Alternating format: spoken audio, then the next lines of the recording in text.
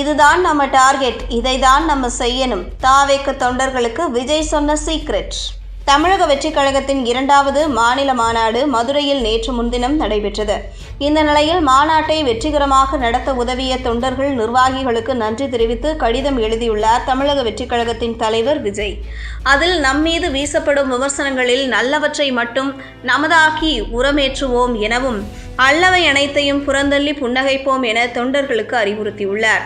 இது தொடர்பாக அவர் எழுதியுள்ள கடிதத்தில், மகோன்னதம் கொண்டு மனம் நிரம்பி ததும்பி வழியும் மறக்க முடியா தருணங்கள் தந்த மதுரை மாநாட்டு வெற்றிக்கான நன்றி கடிதம் இது.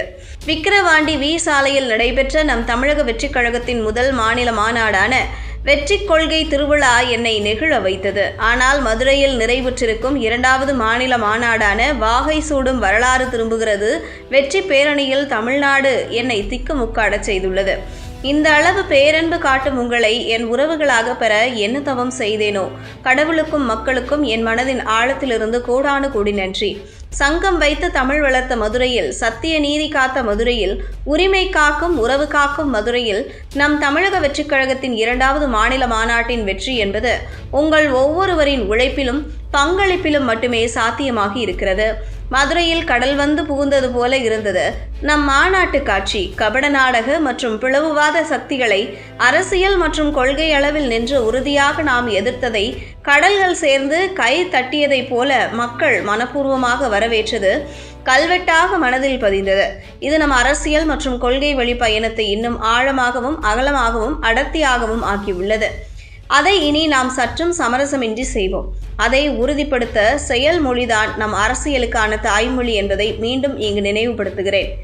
எத்தனை மறைமுக தடைகள் உருவாக்கப்பட்டாலும் நமக்காக நம் மக்கள் கூடும் திடல்கள் எப்போதும் கடல்களாகத்தான் மாறும் என்பதை உணர்ந்து, ஜன நெருக்கடி சிறிதும் இல்லாத வகையில் நிலம் தேர்வு செய்வதில் இருந்து மாநாடு முடியும் வரை தலைமை ஒருங்கிணைப்பாளராக இருந்து அனைத்து பணிகளையும் சிறப்புடன் மேற்கொண்ட கழக பொதுச் செயலாளர், அவருக்கு உறுதுணையாக இருந்து மாநாட்டு பணிகளை மேற்கொண்ட கூடுதல் பொதுச் செயலாளர்கள், பொருளாளர், துணை பொதுச் செயலாளர், தலைமை நிலைய செயலாளர், கழக தலைமை நிலைய செயலக நிர்வாகிகள், மாநில நிர்வாகிகள், மாவட்ட கழக செயலாளர்கள், மாவட்ட கழக அனைத்து நிர்வாகிகள், சார்பு அணிகளின் நிர்வாகிகள், மாநாட்டு ஒருங்கிணைப்பு குழு உள்ளிட்ட அனைத்து குழுவினர், நகர, ஒன்றிய, பேரூர், கிளை, வார்டு கழகத்தின் அனைத்து நிலை நிர்வாகிகள் உள்ளிட்ட அனைவருக்கும் மனம் நிறைந்த பாராட்டுகளையும் நன்றியையும் தெரிவித்துக் கொள்கிறேன்.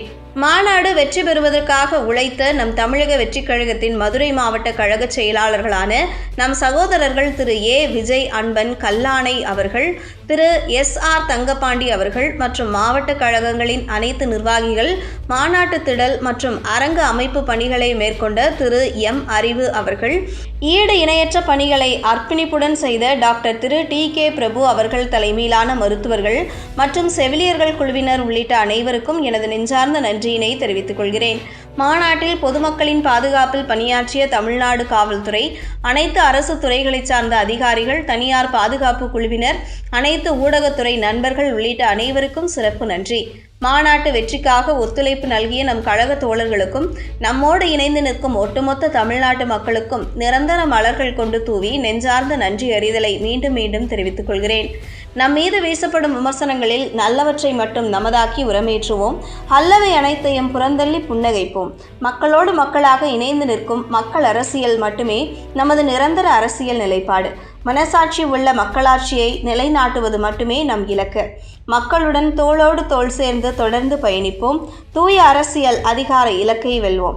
1967, 1977 தேர்தல் அரசியல் வெற்றி விளைவுகளை வருகிற 2026 சட்டமன்ற தேர்தலிலும் நம் தமிழ் மக்கள் நமக்காக நிகழ்த்தி காட்டப்போவது நிச்சயம். நல்லதே நடக்கும், நம்பிக்கையோடு பயணிப்போம், வெற்றி நிச்சயம் என கூறியுள்ளார்.